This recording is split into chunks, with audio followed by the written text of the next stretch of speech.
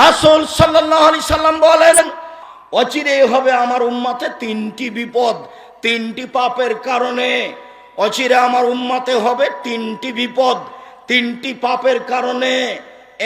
এক, ভূমিকম্প হবে।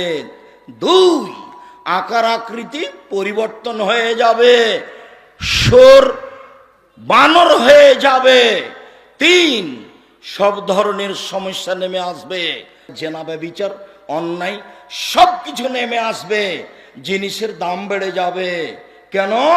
তিনটে পাপের কারণে।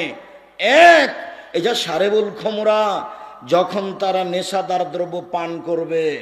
দুই, জাহারাতিল কায়নাত, মেয়েরা যখন নাচবে, সব মোবাইলে মেয়ে নাচে, সব ঘরে মেয়ে নাচে, সব দোকানে মেয়ে নাচে। যারা বিল মাযিফ, যখন বাদ্যযন্ত্র প্রকাশ পাবে,